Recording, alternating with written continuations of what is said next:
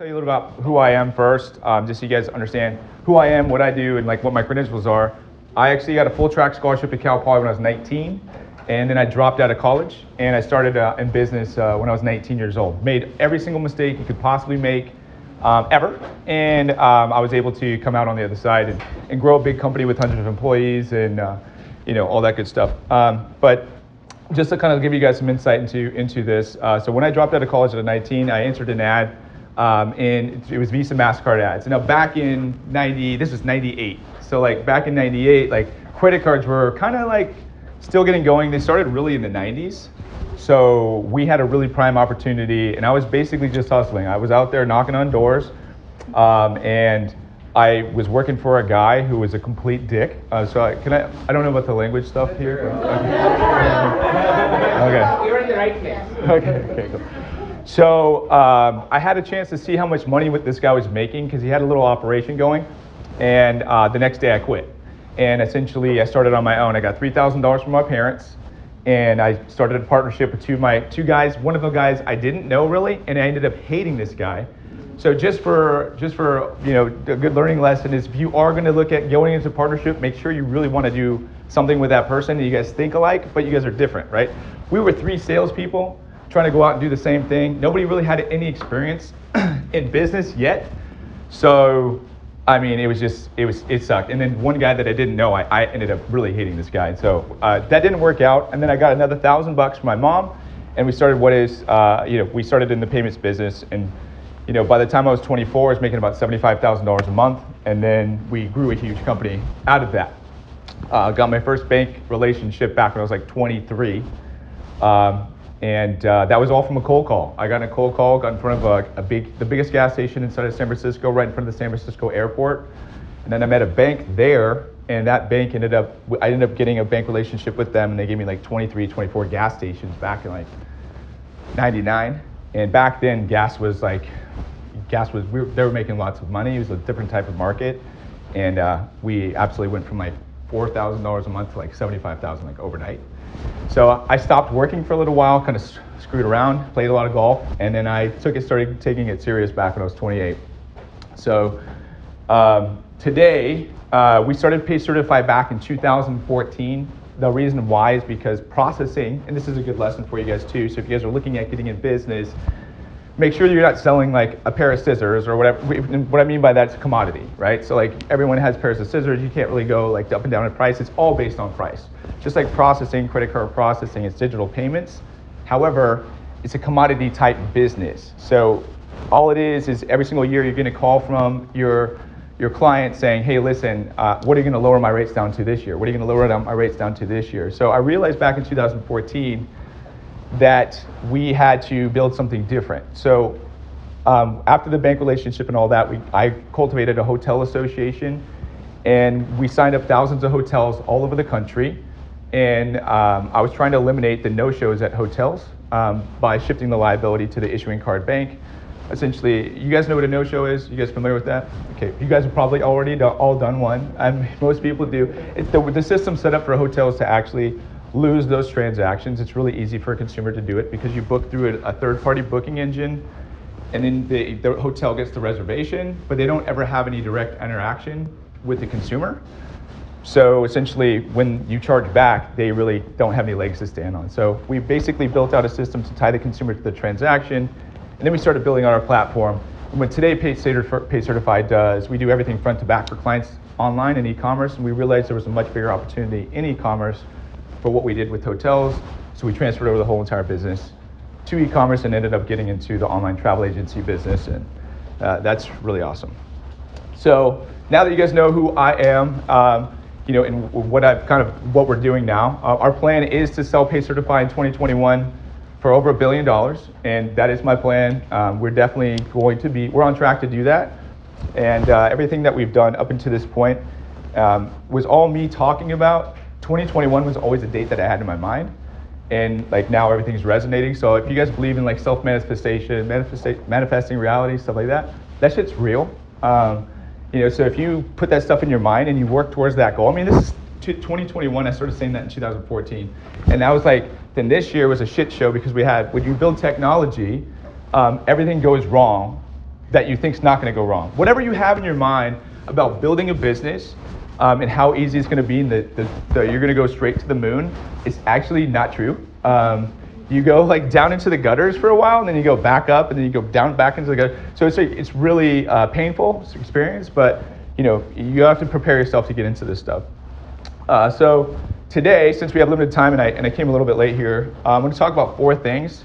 Number 1, when to optimize and when to pivot. There's a lot of things that you might start now, and then you start getting into it, and you're like, oh my God, this isn't really going to work the way that I thought it was. And when we first built PayCertify, we had a vision of what it's going to be, completely changed now. It's like totally different direction. And when you start getting in business and start making moves, things change all the time. So, and we'll get into that. How technology, and fintech companies, people moving money, and software as a sales business with continuity, how they're changing the game. Like companies like Ontraport that have less than 200,000 users but are worth like billions of dollars. Innovation requires procedures, and I have a lot of experience with that. Because we went out and everyone wants to sell first, and then you think you have a big vision in your mind, but then when you start really scaling the business, you realize how much your shit's fucked up, and you have to actually fix it. So, laying the framework out for that. And then, of course, mental health is difficult to maintain. And this is true, and you guys should be prepared for this as well, because it's not easy to be an entrepreneur. It really is not. So whatever dream you guys thought you had about being an entrepreneur, listen, it's anything's possible as long as you stay the course, and you just have to realize there's going to be a lot of rough roads ahead. So that's what we're going to talk about. So we'll talk about when to optimize and when to pivot. So look at trends in the marketplace. So when you're starting a business, first of all, I'm a strong believer in retail is death. So if you have a vision of building this massive retail business, I would advise you to make sure that you have a huge e-commerce component to that, because if you look at what happens to pretty much, so we're in downtown Los Gatos. We have offices in downtown Los Gatos, and are you guys familiar with downtown Los Gatos? You guys familiar with it? Okay, they got that nice strip up there, and it was just filled with all these retail stores, shopping stores. Now you walk down that store, and there's it's just, everyone's abandoned. There's people moving out, people losing leases. Why? Because no one fucking spends money at a store, especially in Los Gatos when you're getting it's costing more than what you can buy it on Amazon for, right? Where when you go to shop, people automatically think Amazon, right? So looking at trends in the marketplace, but starting with a good base about where you want to build the business, how you're going to scale the business. And is your business scalable, really? How scalable is it? People talk about, you want to do what you love. Well, that's bullshit. So, it's great to love something and have a passion, but at the end of the day, you have to make money with whatever you're doing. So if there's not the ability to make money, it's great to want to be a PE teacher, but you're not going to be a millionaire being a PE teacher, right? It's just reality, right? So if you have big ambitions about doing something and changing the world, you really have to have your business aligned with that, and it has to be scalable. Okay, so any of you guys have experience marketing online? No? Have any of you guys dabbled in that? Okay, well, I would suggest the things that you can do to prepare yourself for e-commerce is essentially getting into groups, and you guys are all in social media, I would imagine, right? So getting into groups online that share a lot of advice. There's big groups like the ad buyers groups that I'm part of, and we sponsor those groups. There's thousands of big entrepreneurs, but they give a lot of great tips on how to build business and build and get out there and actually scale online, because it's actually really hard. One of the things that I've been really, really good at is outsourcing. So as an entrepreneur starting out, you have to do everything yourself. Okay, it's just the way it is, because you have no money, you can't pay people, right? Really, unless you have some stack of cash there sitting around. Most people don't have that. So, you essentially have to utilize everything that you can, but I outsource everything now. So I'm a really, really good salesperson, and that's my best skill. And we've built a great team around me, but I outsource everything that I'm not good at. My marketing, I don't pretend to know I know how to online market. I don't. We have a great marketing team in our company, and we have people that buy ads for us all the time, and they're amazing. I would not want to do that. I don't know how to do that. It's above my pay grade. I just don't want to get involved with that. I'm really, really good at cultivating huge relationships and making it rain, but like I don't want to worry about all the stuff that I can't do well. So picking your vertical. Picking your vertical, one of the biggest things I think is just, I said this before, is if you're looking to do something big, it has to be innovative. And if you are actually looking at something that's already been done, or something that you're looking at changing or innovating it and making it better so it's more accessible by people or whatever, you just really have to. It has to be innovative enough where you can capture a niche vertical. And when I look at it like this, so in payments, and I'll relate it to mine because it's easier for me to do that. Payments is a huge blue ocean, right? However, there's a lot of commodity type businesses inside of that, and if you get copped into the trap trying to compete against guys that have way more money than you, you'll get crushed, right? So you really have to look at how you can carve out a niche, like inside a bigger vertical, right? So what we did in our space is we took the ability of basically everybody that processes e-commerce payments. We essentially are able to build out a platform to help them eliminate those costs on the front end if they sell tangible products or a third-party product or service. And no one else did that. It's basically really forward-thinking stuff, and that's just why when we talk about technology and building technology, it breaks all the freaking time. It's because if you're not breaking it, if it's not failing, you're really not innovating, right? You're just copying what everyone else is doing. So don't be discouraged by breaking stuff, because that's just how it is. Like, and especially if you're getting in technology. And you're not a developer. I'm not a developer. I'm a sales guy. So like, I'm just like, dude, why isn't this fixed? What's going on here? But if you like, it's just the lay of the land. If you're building something and it's new, you're definitely going to break, and you're definitely going to have to fix it. It might happen over and over and over again, and that's the sucky part about it. But it's just part of the process. They say enjoy the journey. And I laugh at that because I hate the fucking journey. The journey is the fucking worst. But like later you appreciate it. You're like, oh. But when you get those little wins, like those little wins that actually, that's what I live for. It's like better than the best orgasm ever. Like, it's serious. I'm like dead serious. It's like the best feeling. You're like floating on air, like when things go right and you like make a huge positive impact in your business after getting like beat up like a punching bag. And that's just what it is. Also, prepare to go all in. That's like serious, right? So people actually start a business or start whatever, and they'll go, well, if this doesn't work, I still have this, or whatever it is. You guys probably have heard a friend that said, well, if this doesn't actually do it, I have this over here, and then, I'm just gonna go step into this, right? But when you actually start that mindset, you've already basically failed, right? So you've already set yourself up to take the next opportunity to go down. So if you're not willing to go fully all in, and I went all the fuck in. Like I could have actually kept doing what I was doing, didn't try to like innovate and build, and I could have been a millionaire like many times over, and I wouldn't have had all the stress that I have now. But the fact is I'm trying to build something different and change the game, the way that payments and digital payments work, right? But because I did that, I essentially had to come out of pocket with like everything that I've made, like all my stocks, all the investments, all the stuff that I was saving away from my house. I basically threw everything at this kitchen sink, except the kitchen sink, right? So I essentially I went all in. And if you're not serious, like if you're not ready to just dump everything on the ground, then don't even fucking try it, because you'll fail. Like if you're not ready to just sacrifice everything, then I would suggest you don't even try to become an entrepreneur, because it's a waste of your time. So now when to pivot. Now, when you start a business and you start on that railroad track, there's a lot of things that will take you off that track, right?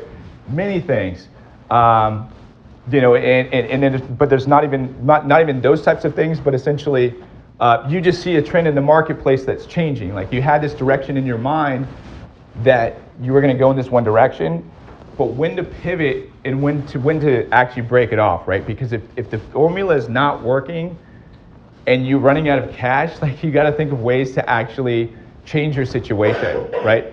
And if you don't make decisions, you're either going to go bankrupt, or it's just going to fail right in front of everybody, and that's like death, honestly. When I started my business, I essentially put it out there to everyone, like, hey, listen, this is what we're doing, and we went big, right? We went really big, and there was many times that I didn't want to continue because it was so hard, or because it was really difficult, or because times are changing. But I realized that if I did that, it's basically like death. Like everybody knew, and then I was like, oh my God, all these guys are gonna know. And like, it's like, if you put yourself out there, you can't really retreat either. So it actually helps you from taking that second angle, like, hey, I'm gonna take this like thing over here.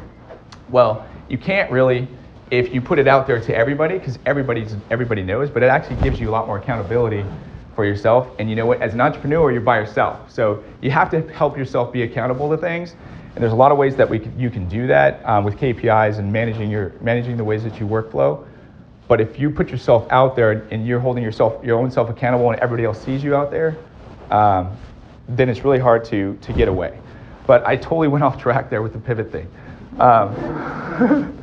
What I was trying to say was that, like, listen, you have an idea of what you have. Like when we did the credit card thing, and we actually tied the consumers to the transactions, what we have today and what we're selling today is a compelling offer, is essentially eliminated costs for people that sell tangible products, but we essentially are a virtual card issuer. So we issue real virtual cards through our system.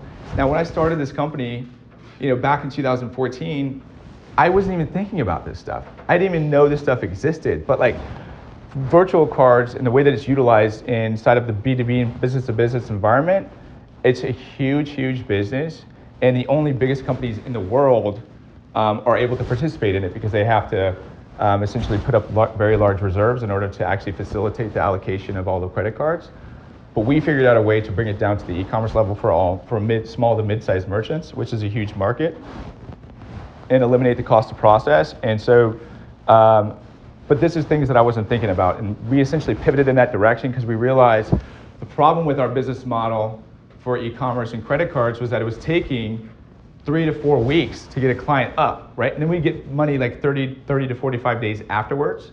So it's basically like 90 days. Now, first of all, you're actually spending all this money to acquire customers, and then you're not getting paid for 90 days, right? That's hard, right? That's hard. And you can only sustain that if you have like huge amounts of money. And we're like, dude, we have millions of dollars, but like we're running out of capital. It's like we have to figure out a way to be able to get clients up and going within like 24 hours and be able to make money on them immediately, right? And this was the way for us to do that. So we realized an opportunity to pivot, completely change directions, and now processing is just part of the platform. It's like, hey, listen, we do all this stuff. They come in for this, and then we suck them in for all the other stuff, right? We don't lead with that stuff. You actually lead with the most compelling offer, right?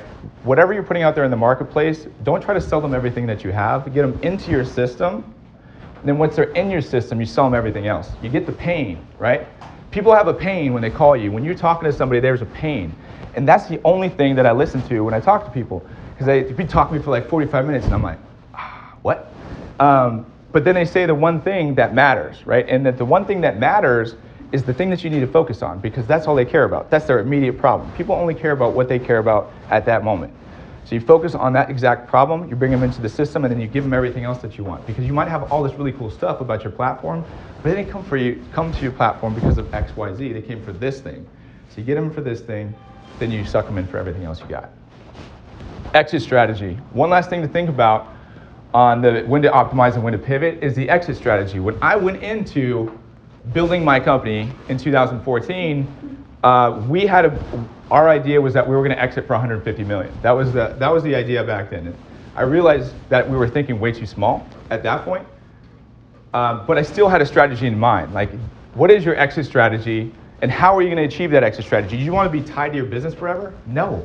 You're doing this to get freedom, right? Not so that way you can go get stuck to your job your whole entire life. What happens to most entrepreneurs is they actually start a business and then they get sucked into it. You're working like 20 hours a day, which is fine. When you start a business, you should be working like 20 hours a day, 18, whatever. It's psycho, right? But you have to be psycho to be an entrepreneur, honestly. But you have to start with the end in mind. So whatever you're building, build it with the end in mind. Don't just go out there like, hey, this is great. Let's just go take some massive action. And that's okay if you're selling somebody else's product. But if you're selling your own product, there's got to be an end game, right? So just think about what you want to do at the end. Like, when do you want to sell it? What are you trying to sell it for? Are you just trying to build a clothing store to just make like 6 figures a year? And if that's you, that's cool. I mean, you're never going to be able to exit for a lot of money, and you'll basically have yourself a salary for like the next however long you want to be there, and you'll probably have to work there every freaking day. So you need to build out a system that has residual income component to it, or some sort of continuity. And this is why software as a sales models and fintech companies are going through like crazy valuations where you can sell for massive amounts of money. Okay, software as a service. So the valuations for, if you're going into a business or you're looking at a niche to go into, and you have an exit plan in mind, then you should know what those valuations are and like how long estimation of like when those valuations are going to be different. So like in our business, and it's nuts because of the platforms that we created, they're going from about 15 to 24 times gross income, which is completely insane. Guys in our business are doing $100 million a year and they're selling for like $2-3 billion.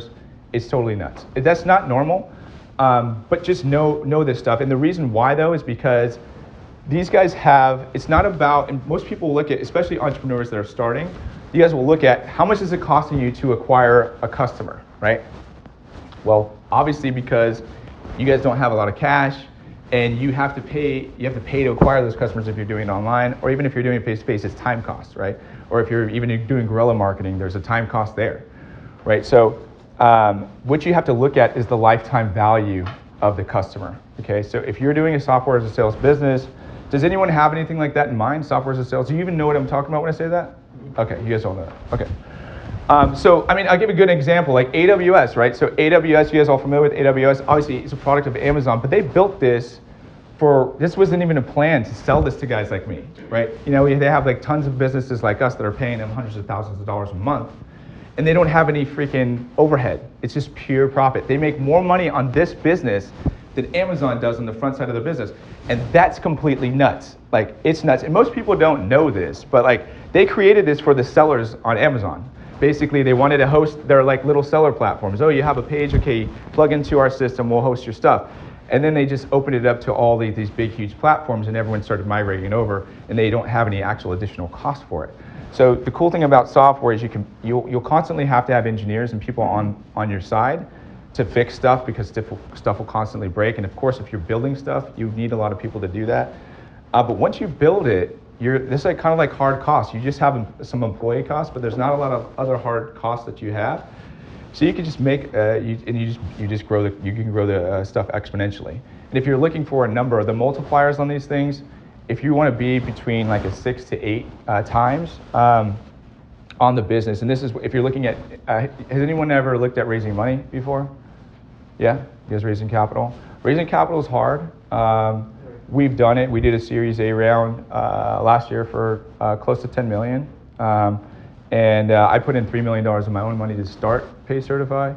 So that's because I dropped out of college at 19 and I was just a sales machine for a bunch of time. And then we utilized that to parlay into this. But the reoccurring revenue model to me is the most sexiest thing ever, right? So you can sell a client one time, and then they're going to pay you for as long as they have. And if you can get 24 to 36 months on a multiplier lifetime value, your company will be worth a lot of money. So 24 to 36 months is the time period. If you can get to 48, like, you're a gangster. I mean, it's kind of like, it's rare, but if you can get to 48, like, the multiples that you can get for whatever business you build will be huge. Ontraport, do you guys know what Ontraport is? You guys familiar? Well, so you guys can, if you guys are building an e-commerce site and you want to have a good way to a marketing brain, like the flows, like you ever get an email from, if you ever go through like a funnel and you stop an application process or something and you're working with a big company, typically they'll send you flows, hey, you didn't finish your application, da da da da. And then the next day you'll get another one, and it keeps going until you finally just go back into the portal. See, that's Ontraport. Ontraport actually builds all these flows. It actually is like a marketing brain. So, you really need to know how you're acquiring customers, where customers are coming from, how much they cost, and how long it's taking to break even and actually make money on them. And then once you actually start building a real business for like a years, then you can see what your lifetime value is of these customers. And that's really when you can go out to market and look at actually selling your business, right? But these platforms, this is the new gold mine, right? E-commerce is the new gold mine. If you guys are not in e-commerce or looking at putting e-commerce into your business, you're mental, right? Just because this is the absolute future. Do you guys have any, it's at any time, if you guys have questions about something, you guys can ask me questions. Does anybody have any questions about anything so far? Great. Infrastructure. I'll just cover that real quick. The infrastructure of a business that you have online, now you can go pretty simple. If you're selling t-shirts or whatever online, which a lot of my friends do, and they do incredible volume. Like if you know how to market, you can crush it with pretty much anything if you know how to market to people. But the infrastructure for whatever you're building is key. So when we started building PayCertify, we were straight Action Jackson, and we were just trying to sell as many people as we could. But what happened is we didn't have all of this stuff implemented inside of our foundation. So like it just created these monster backlogs inside of our business. And the infrastructure is so important, and you cannot scale a business at all, online or even in retail, whatever. You can't scale it unless you have these policies, this infrastructure is built out. Because your website will just collapse, and all of that volume, all those people that you are building, that collapses. So you want to think about that. Infrastructure is key. Most people don't think about that. They just start building something and it looks sexy, they put it out there, and then it breaks in half as soon as they actually get any real scale. So that kind of leads me into the next thing, right? So innovation requires procedures. Now, seems simple, but it really is not. So for instance, in July this year, we essentially started scaling out our marketing. We got our Series A round. We finally had built out all this technology. We were like, okay, it's ready. And then, and the product was ready. The problem was, we have 4 different groups internally in our business, right? We divided our groups, and if you're scaling into business, you really need to have different groups, different managers, and then you have to have your A team, your C team that you call it. But we have 4 different groups. We have an applications department, we have a sales department, we have an integrations department, and then we have a customer success department. Customer success is a really big one, and I'll get into that. If you guys don't really know about that, it's mostly for like technology companies or stuff like that, but it's amazing.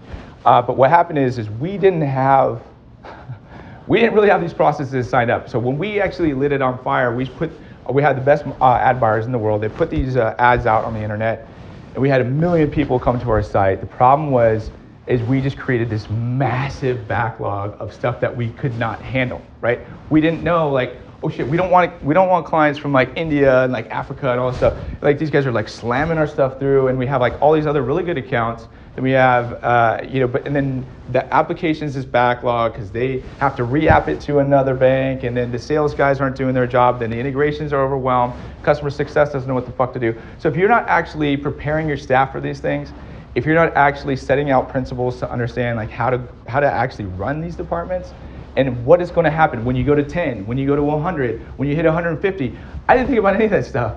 I was just like, go.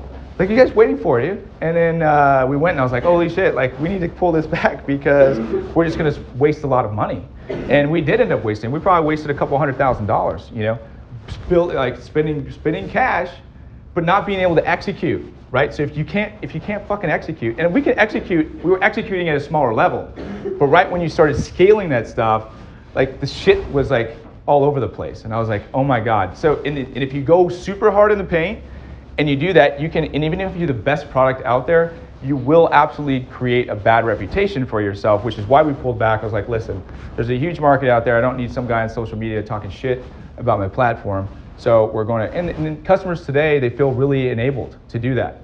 Anybody, I have a lot of experience with this, like women specifically, but we have, anybody now can actually say anything about you online, right? So if I don't like you, I don't like your face, like I could just go talk shit, put something on a rip-off report, and the next day it'll be the first thing somebody sees when they Google your name, right? That's fucked up. That's today, right? So today, like, consumers, if they're not happy, they're gonna go online, they're gonna talk shit, and it's not good for your business. It's definitely not good for your business. So you need to have a lot of positive things happening in your business, and this actually kind of brings me to this, is that this is why I started my personal brand.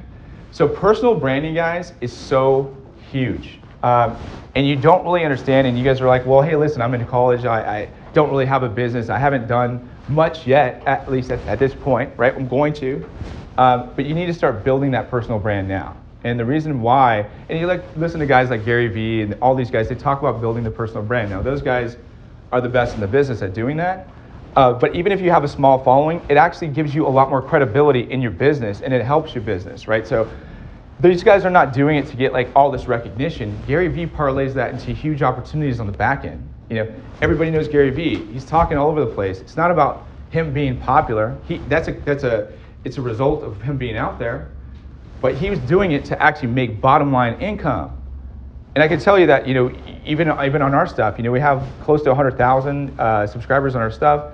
And there's, it gives you credibility. It's like instant credibility in the marketplace. So if you guys are not doing your personal brand today, y'all need to start doing that, just even on a small level. And that requires, and it required me to get kind of out of the zone. I'm a social guy, but like, dude, doing that stuff all the time, it's annoying. Like, I don't know, a lot of people like it. Like, I just don't, but you ultimately have to embrace it if you're gonna try to build something with a personal brand. But the personal brand, just parlay that back into the business. Utilize that as an opportunity and a weapon to build and cultivate more opportunities inside of your business too, right? Okay, make sure your offer works. Before you actually go nuts, you need to make sure that your offers actually work and it resonates with the marketplace, right? When we did ours, we had like so much attraction to our offer. I was like, yeah, let's just go pedal to the metal. And obviously we had our scaling problems, but you need to make sure your offer works before you start spending a lot of money on it. Just because you think it's a great idea doesn't mean it's a great idea.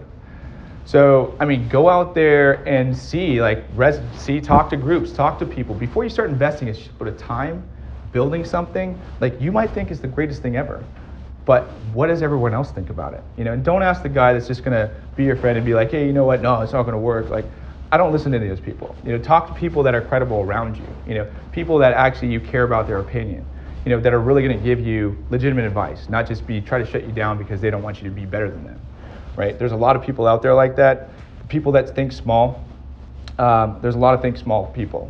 Also, market size, market cap, market opportunity. Whatever it is you're doing, whatever niche you're doing, when I say is it scalable, but what's the size of the market? Like, is it big? You look at these guys go on Shark Tank, right? And they're like, yeah, the market's so huge. There's like 5 billion people that buy diapers. Like, well, yeah, dude. Like, that doesn't mean they're gonna buy your stupid diaper. It's like just because let's say, hey, I wear diapers. I'm just kidding. So we have. You have you can have this great idea and this great market, but just because there's like 1 trillion people that do it doesn't really mean that you're going to come in there and dominate. You know what I mean? You really have to have something niche, something inside of that vertical. But is the business big enough?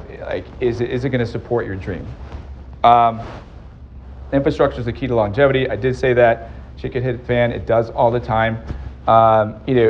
Sometimes it feels like you're on a treadmill, like you're running so fast and you're trying to go so far, but you're not going anywhere. That's how I feel all the time. It's actually what I say a lot of is I feel like I'm on a treadmill, you are making progress. You don't see it because you're your worst own critic. You know what I mean? So that's why I'm super, super hard on myself. And that's why it drowns out all the positive things in your business. So when you do get wins, when you do have those positive moments, you definitely need to take those opportunities and celebrate them, because building something is hard.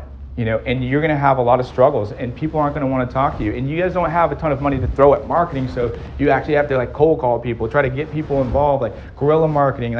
There's a lot of no, right? So if you guys aren't prepared to hear the word no, you got to start understanding that that's absolutely going to be the case. There's not going to be as many people that say yes.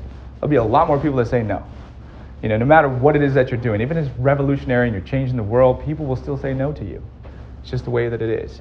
So y'all just got to be prepared for that, right? Do you guys got any questions on this? Yes. Yeah. PayCertify, right? Could you just explain us more what you I'm looking on your site, I'm trying to understand. Yeah, so we solicit directly to merchants online that are, so we have two verticals that we support. We're in the travel business and we're the e-commerce business. So when we transitioned over from hotels, we built out our whole entire platform for the largest airline consolidators in the world.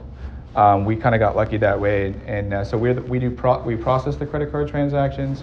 So actually, I'll give you a good example of what we do in the travel space. It's kind of might see how it's different. So Expedia, everybody knows Expedia, right? Okay. So Expedia is an online travel agency. When you, the customer, and this is going to be, I wish I had a whiteboard. Oh, I do have a whiteboard. Cool. Cool.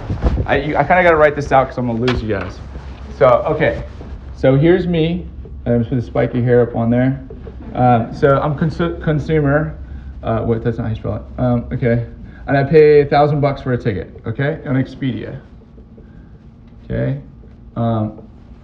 Now, when Expedia takes this my $1,000, there is cost them about 2% to take that. Now, we are an acquirer, so we process the transactions right for them. So we're making margin on this 2%, but Expedia has this cost of 2%, okay, through our platform. Now, how do you guys get a ticket in real time when Expedia is not the airline? Y'all thought about that? Expedia buys ticket in bulk? No. Everyone says that, but that's just not true. So, because they can't possibly know where you're traveling, how you're traveling, all that stuff. So typically what we'll do is we'll set up what's an FBO account. You guys know what that is? No. Okay, so an FBO account is essentially like a reserve account. It's an account that we don't touch, but they'll fund it. Okay, so Expedia will fund this for let's just say $2 million. Okay. Now, through our system, PayCertify. So when the customer is buying at Expedia. Expedia is a client of ours, right?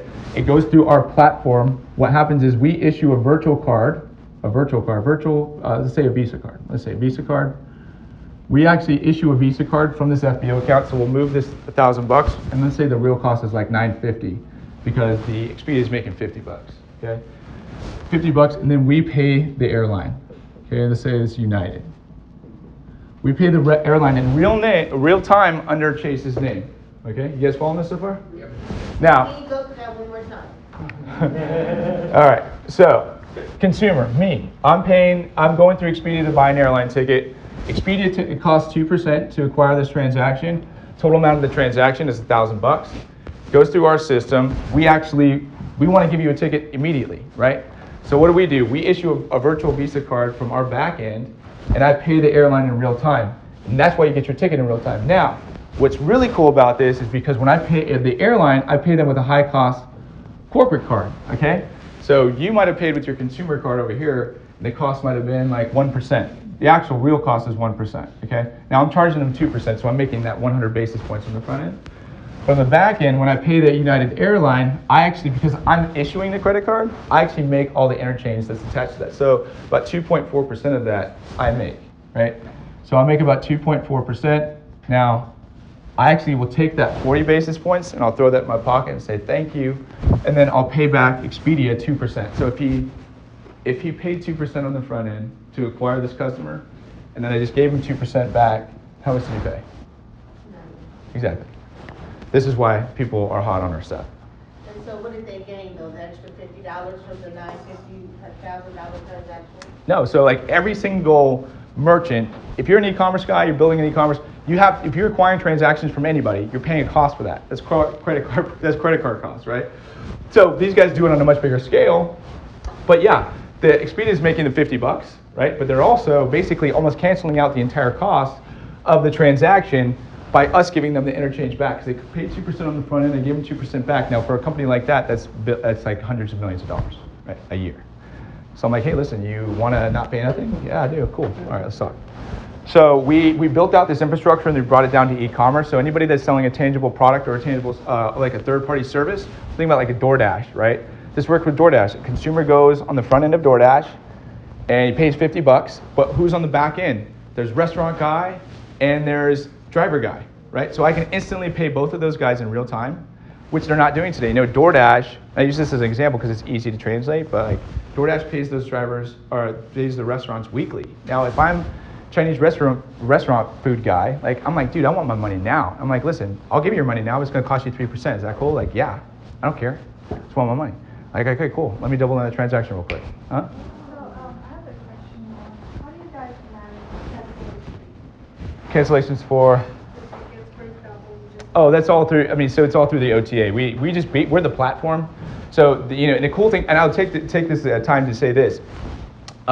In the e-commerce gold rush, it's better to be the picks and the shovels than the actual e-commerce merchant themselves. And I say that if there's a way that you can build something to support e-commerce merchants, like in some sort of way, whether that be in a continuity model like Ontraport or those types of things, because e-commerce is the new gold rush, right? So anybody in the next 5 to 10 years, this thing is going to be out of control. Everybody's going to have a business online. If you can build something to support the e-commerce merchants infrastructure to help them do their business easier, it's a great opportunity. So how does Square and First Data are different from? Well, First Data is a processor. They're not technology, right? They'll buy companies like us. That's what First Data will buy, a company like me. Square is an aggregator. Their business model is to go after little baby merchants, like micro merchants, and that's not we go after merchants that are doing $50 million a month to hundreds of millions of dollars a month. So you beat competition by ticket size? No, we have a different model, and like they don't do all of this stuff, right? Square is an aggregator. So the difference between an aggregator, like when you go to PayPal, like they basically give you a sub account, okay? They're just giving you an account. They're just handing it out, but they're not actually underwriting you. This is why if you actually do massive volume with PayPal, it's not good because they're just going to hold all your cash and they're like, what are you doing? I don't understand. They're not really built for scale, like guys that are doing like millions and millions of dollars, right? So it's different. And First Data is not a technology company. We're a technology company that does payment processing, right? And how are you able to get the Visa cards? Are you in partnership with the bank? Or? Yes. So essentially, the way that I'm able to get Interchange, great question, is that I actually am partners with a bank, right? So because there's people out there issuing virtual cards. Okay, you can issue a virtual card, but if I'm not making money on it, like your spend, why do I care? I don't. Right? So I want to be able to make money on what you spend. So when I give you your card or you pay that third-party vendor, I'm acquiring that interchange. And the only way to acquire this interchange right here is to actually work directly with the issuing bank that's actually going to allow you to do what you want to do. Obviously, you have to jump through a lot of hoops to do all the stuff that we do, but then you can open up the floodgates and make a lot of money. Because you're going to see virtual cards. I promise you guys, you're going to see virtual cards everywhere in the next like 5-6 years. It'll be consumer, business to business, everything. So it's gonna be big. Oh, how am I doing on time? I don't know who's. Oh, you have like 5 minutes. Oh shit. Okay. Let's do this last one. Okay. Maintaining mental health is a good way to end on. So, entrepreneurship is definitely the hardest thing that you're ever going to do, right? And it's going to be a struggle. Now, the other thing is none of your friends will be able to really relate to you, because you have a lot of different problems. They're all going to be working for some company, making their salary, doing whatever. But like you basically, and you're going to watch them make more money than you for a while. It's going to piss you off, But it's like you just always keep the vision in your mind, right? It's really easy to get distracted and disable that stuff. But as long as you got to keep that in your mind and make sure that you get back on track, they're talking about you take something, you think it's going to take 5 months, double that. You think you need $1 million, get 2. Like whatever you thought you need more. I promise you. We basically we're the way that we're scaling and the new things that you need.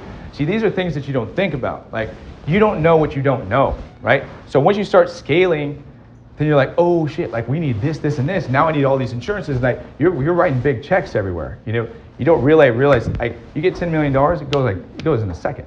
You know what I mean? And it's like not you spending all erroneously. It's like it actually that's just the way it is. So just always be budget focused. Keep your mental sanity by celebrating the wins, because those are the best things that you can do for yourself to actually just positively reinforce the fact that you're on this journey, and that even if it's a small win, you got to celebrate those things. And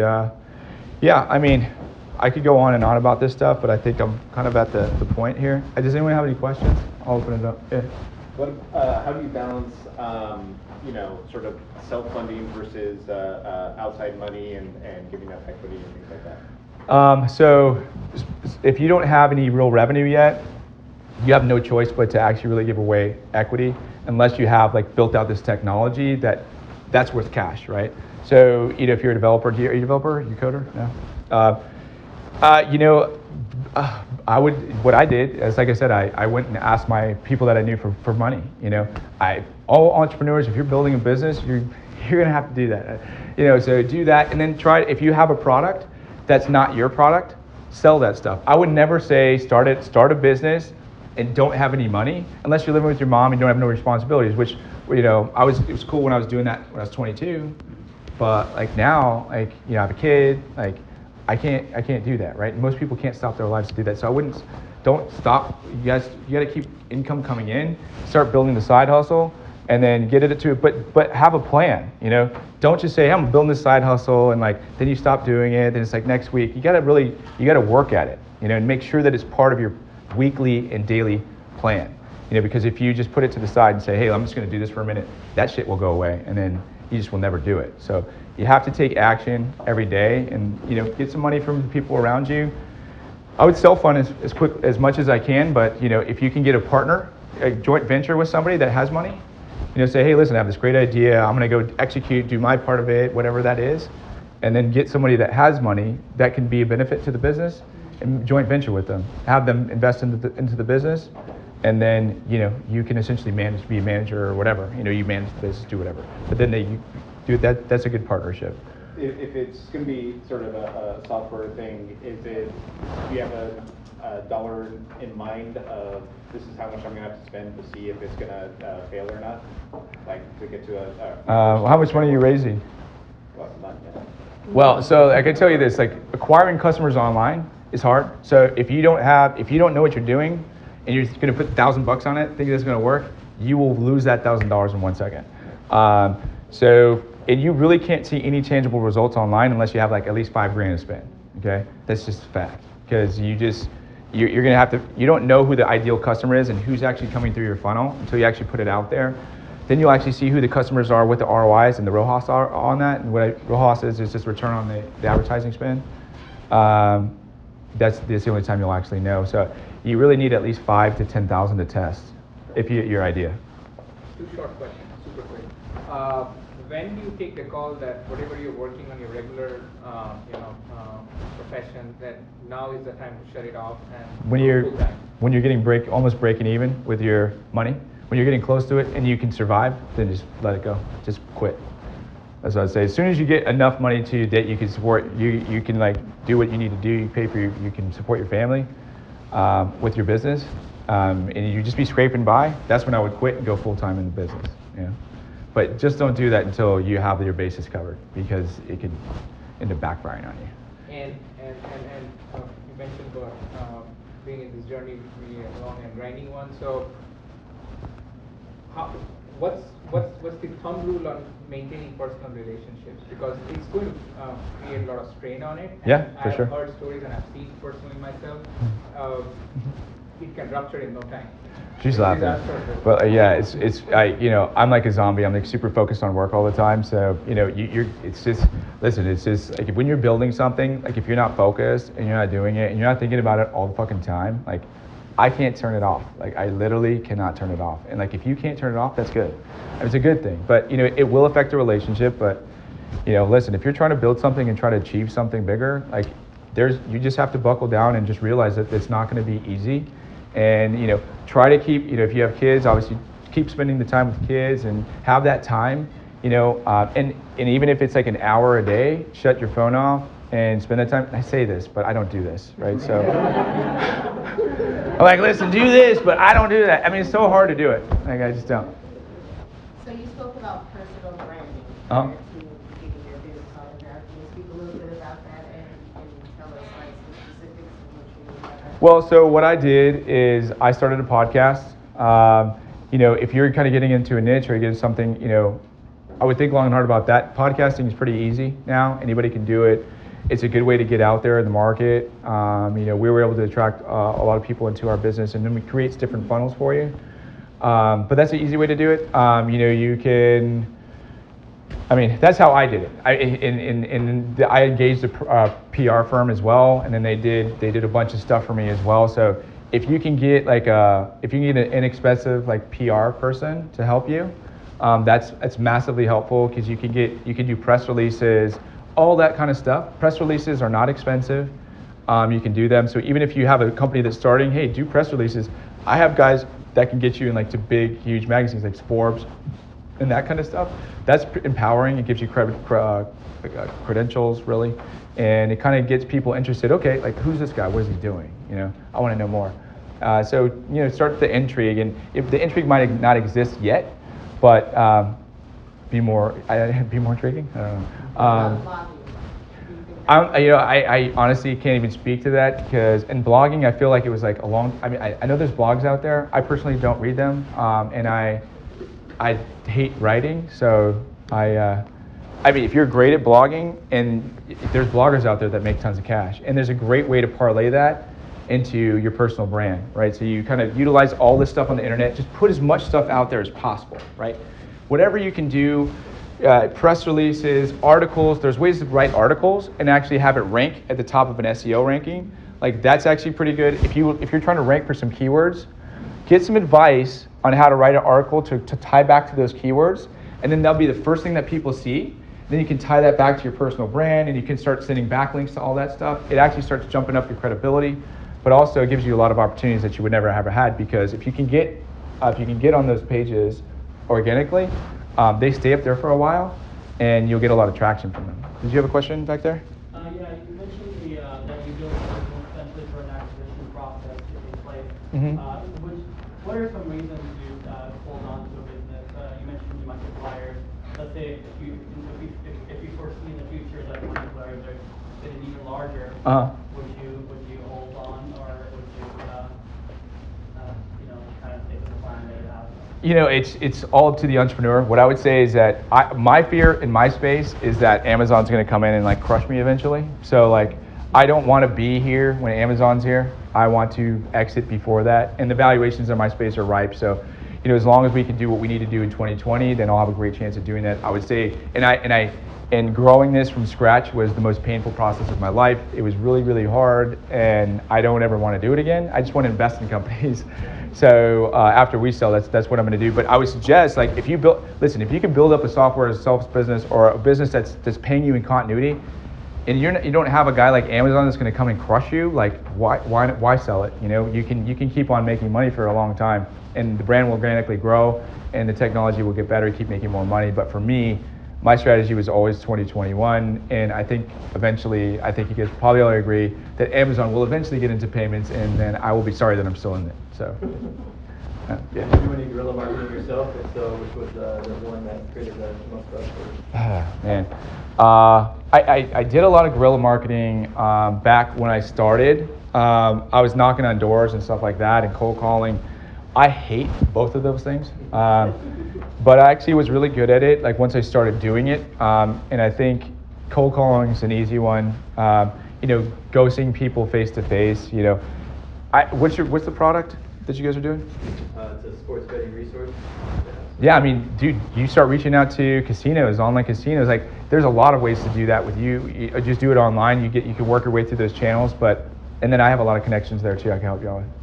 And if you guys, just as a resource, I'll leave my information if you guys want to contact me or utilize me as a resource. I'm happy to give you guys some tips later too.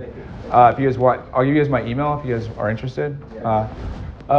Chase, I'll write it up there. Yeah. So.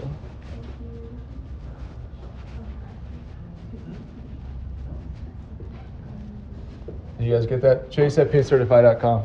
I think it's spelled right. So if you guys have some questions you guys didn't want to ask in class, or you guys something comes up later, I'm happy to be a resource for you guys and help you guys. How do you feel about people going onto YouTube to develop a presence first before they start using the product? I think it's great. I mean, YouTube, I don't know how to personally do the YouTube thing. It's a fantastic vehicle if you know how to do it and navigate it. It's complicated. I mean, it's hard to actually get traction on YouTube. It's a lot harder to get traction on YouTube than it is on a lot of these other platforms. So if you are going to go after that, I would suggest highly, if you're trying to make an impact, that to get someone to help you that's has some experience in that space. Otherwise, you're going to struggle a bit. So, but I think it's a great idea, and YouTube's hot, so it's a good one to get on. Sorry, Cool. we All right. Sorry, guys. Thank you very much. Hey, man. Thanks, guys.